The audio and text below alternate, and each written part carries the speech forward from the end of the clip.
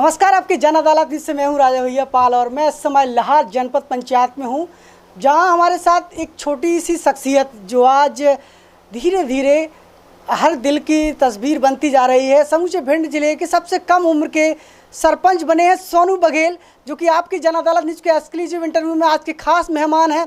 और आज हम बात करेंगे सोनू बघेल का राज क्या है और क्यों इनको जनता ने पसंद किया है। सोनू बघेल जी, आपकी जन अदालत में आपका स्वागत है। मैं सभी दर्शकों को प्रणाम करता हूं और आपको नमस्कार राजा भैया जी। आपकी जन अदालत न्यूज़ पे सभी दर्शकों को एक बार पुनः प्रणाम करता हूं, सभी से आशीर्वाद की कामना करता हूं। सोनू बघेल सबसे कम उम्र के सरपंच बने हैं भिंड जिले के और नए युवा चेहरे हैं और इस इंटरव्यू को मुझे लग रहा है सभी युवा देख रहे होंगे।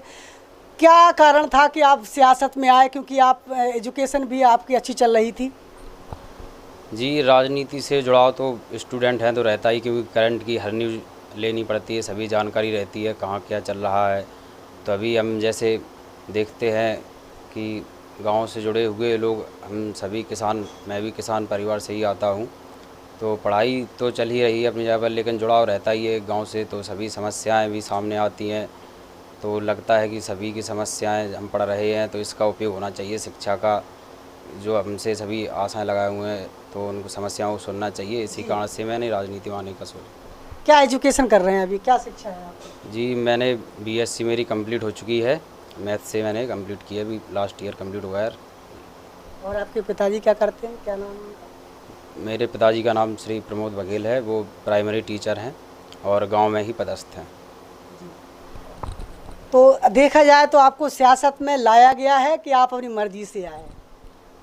जी, मर्जी सबका, एक सबकी इच्छा भी थी और मेरा भी कहीं ना कहीं जुड़ाव था और एक सोच रहती थी कभी मौका मिलेगा सबकी, ग्रामीणों की, सभी की सेवा का, तो ज़रूर किस्मत आजमाऊंगा और इसी उद्देश्य से मैं राजनीति में आया हूँ और सभी की इच्छा भी थी तो उनका भी सहयोग मिला।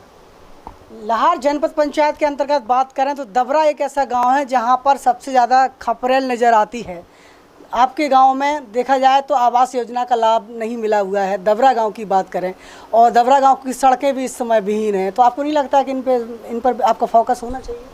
जी बिल्कुल, ध्यान है इन पर। यही मेन मुद्दा है कि मैं सभी जगह देखता हूँ कि प्रधानमंत्री आवास योजना का लाभ सभी किसानों को मिल रहा है, ज़रूरतमंदों को, लेकिन मेरे गांव में क्या है, बहुत समस्या है, आवास ना के बराबर मिले हैं और सड़कें भी जर्जर अवस्था में है, नालियों की व्यवस्था नहीं है, जहाँ तक विकास की समुचित व्यवस्था नहीं है और पानी जल निकासी की भी समस्या होती है।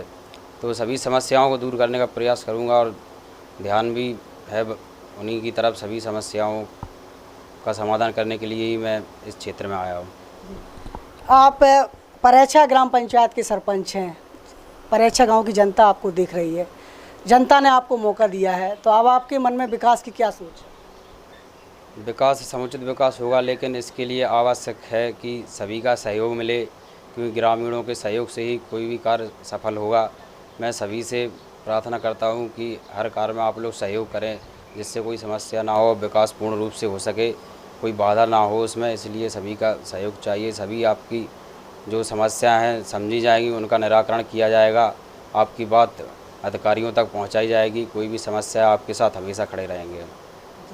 तो निश्चित रूप से यहाँ पर सोनू बघेल हैं, परेछा ग्राम पंचायत के सरपंच हैं और उन्होंने आश्वासन किया है कि ग्रामीणों के साथ हर समस्या के समाधान में वो आगे रहेंगे। तो अभी मूलभूत समस्याओं को आपने देखा होगा, ग्राम पंचायत में आप घूमे होंगे आपने, तो क्या क्या समस्याएं आपको सामने आ रही हैं? जी, सबसे पहले तो हम किसी भी गांव में प्रवेश करते हैं तो सबसे पहली समस्या दिखती है पहुंच मार्ग कैसा है। तो सड़कें जर्जर अवस्था में हैं और सभी समस्याएं, शमशान घाट की भी आवश्यकता है, बरसात का मौसम है, दुर्घटनावश किसी का देहांत हो जाता है तो बहुत समस्या आती है, दाह संस्कार करने में तो शमशान घाट की आवश्यकता है। और शिक्षा का समुचित प्रबंध के लिए, शिक्षा चली रही है लेकिन एक उचित भवन होना चाहिए, एक शाला होना चाहिए, तो अभी जो शाला है तो उसमें समस्या है, इसलिए नए भवन की आवश्यकता महसूस हो रही है। तो ये भी प्रशासन से मांग करेंगे कि शाला भवन की आवश्यकता को पूरा किया जाए। बिल्कुल, तो शिक्षा की तरफ सोनू बघेल का ध्यान दें, शाला भवन की तरफ ध्यान दें। अभी जैसे ही आपको चार्ज मिलता है, सबसे पहले तो बात करें कितने वोटों से जीते हैं आप? जी, मैं 24 मतों से विजयी हुआ हूँ। 24, यानी बहुत टफ चुनाव था आपका। आपको लग रहा था कि आपकी जीत होगी? जी हाँ, जहाँ तक आशा थी, रुझान थे, लग रहा था सभी से संपर्क बातचीत के ज़रिए कि हाँ है विजय होंगे, सभी का आश्वासन था और हुआ भी ऐसा। ईश्वर की कृपा रही, सभी मतदाता, ग्रामवासी, पंचायत वासियों का सहयोग रहा। मैं सभी का धन्यवाद करूँगा, इस विजय श्री का श्रेय उन्हीं को दूँगा। बिल्कुल। तो अब जैसे ही आपको चार्ज मिलता है तो सबसे पहले आपकी नज़र किस पर रहेगी, क्या करेंगे सबसे पहले आप? जी, पहला तो उद्देश्य यह रहेगा कि पहुँच मार्ग को सुव्यवस्थित किया जाए और शाला भवन, ये 2 चीज़ें प्राथमिक रहेंगी। उसके बाद सभी विकास कार्य जहाँ तक है संभव होगा, ग्रामीणों के सहयोग से हर विकास कार्य किया जाएगा। अब जैसा कि आप पीएससी की तैयारी कर रहे हैं, लोक सेवा आयोग में आप जाना चाहते हैं, आपका सपना था, तो ये सपना कैसे पूरा होगा? अब आप तो गांव में रहेंगे। जी, जहाँ तक हम देखते हैं हमारे सामने कई उदाहरण ऐसे आते भी हैं कि पढ़ाई भी चल रही है, अपने स्तर पर तैयारी करते हैं और राजनीति में भी रहेंगे और विकास कार्य भी होंगे। इस शिक्षा का उपयोग मैं विकास कार्यों में भी करूँगा, जिससे अपने आप प्रत्यक्ष को प्रमाण की आवश्यकता नहीं होती है, दिखेगा। आश्वासन सभी को देता हूँ, सभी ने सहयोग दिया है तो उस पर खरा उतरूँगा और शिक्षा चलेगी। सभी को यही संदेश दूंगा युवाओं को कि शिक्षा भी अपनी जारी रखें अपने स्तर पर, क्योंकि शिक्षा से ही जागरूकता आएगी, तभी हम विकास कर पाएंगे और सभी की समस्याओं को समझ पाएंगे। बिल्कुल। तो शिक्षा बहुत ज़रूरी है, तभी हम आगे कुछ कर सकते हैं। कई बार ऐसा आपने देखा होगा कि सरपंच वो बन जाते हैं, लेकिन उनकी सरपंची कोई दूसरे लोग करते हैं। कई ऐसी पंचायतों के उदाहरण हैं। आप एक स्टूडेंट हैं, सबसे कम उम्र के हैं, आपके साथ तो ऐसी कोई बात नहीं होगी? जी नहीं, उम्र कम है, अनुभव कम है, लेकिन विकास करने का जज्बा बहुत है और शिक्षा का जो है कि अपने पास एक जरिया है, शिक्षित हैं और सभी चीज़ समझते हैं, देखते हैं। सोशल मीडिया माध्यम है, अधिकारियों से बातचीत करने का तरीका है, समस्याएं रखेंगे उनके सामने अपनी, और जहाँ तक है प्रयास होगा कि सभी समस्याएं सुनी जाएं और सहयोग तो सभी का चाहिए, ग्रामीणों के सहयोग से ही विकास कार्य होगा।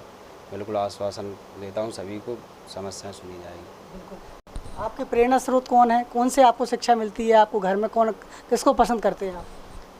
जी, मेरे पिताजी शिक्षक हैं, तो हमेशा उन्होंने मेरा मार्गदर्शन किया है और सलाह दी है कि किसी के साथ भी कभी गलत हो तो गलत नहीं होने देना, हमको आवाज़ उठानी है। जो सक्षम नहीं है, हम सक्षम हैं तो उनका हमें सहयोग करना चाहिए।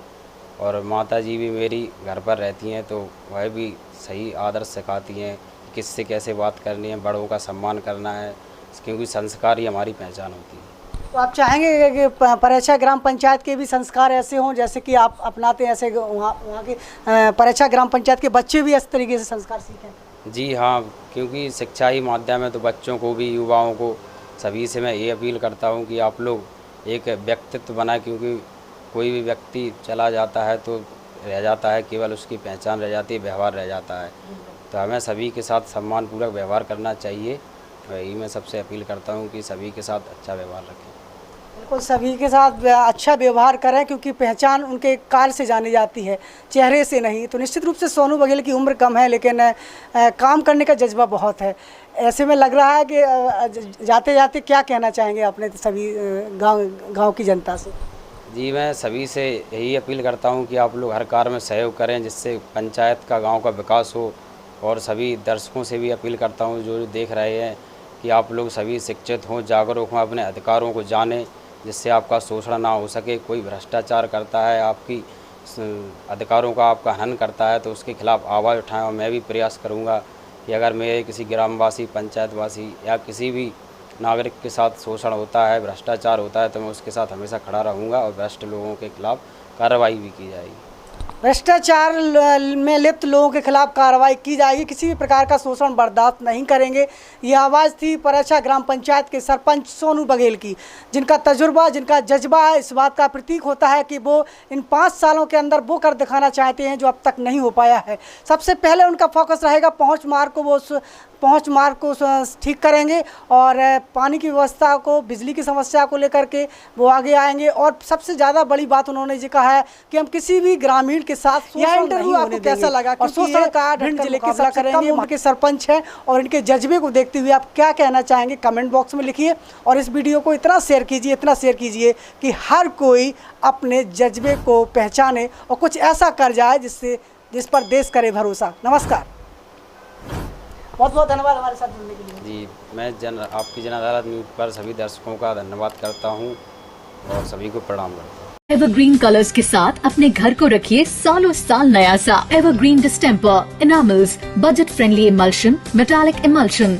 एवरग्रीन कलर्स, रंग है तो जीवन है। चैनल पर नए सदस्य हैं तो चैनल को सब्सक्राइब करें और चैनल को लाइक करें, वीडियो को शेयर करें और घंटी दबाना ना भूलें। यदि आप घंटी नहीं दबाएंगे तो खबरों का नोटिफिकेशन आप तक नहीं पहुंचेगा। अब चैनल है, जुड़े रहिए हमारे साथ। नमस्कार। इस खबर के प्रायोजक थे पाल ढाबा। जब भी खाइए अच्छा खाइए। लजीज भोजन एवं स्पेशल लस्सी के लिए तत्काल संपर्क करें। पंडोखर धाम से 2 किलोमीटर दूर समतरतराहा बीसलपुरा गांव, पंडोखर धाम।